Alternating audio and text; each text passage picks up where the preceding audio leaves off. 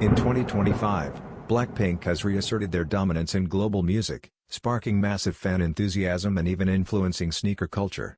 Their worldwide tour, which began on July 5 and runs until early next year, is packed with sold-out shows, while anticipation builds for their first new album since 2022, arriving this November. As the group continues to shape trends, the rise in black and pink footwear has drawn strong connections to their brand power. Major sneaker companies are taking notice, with PUMA teaming up with Rosé and adidas featuring Jennie in its Superstar Originals campaign, further cementing Blackpink's impact beyond music.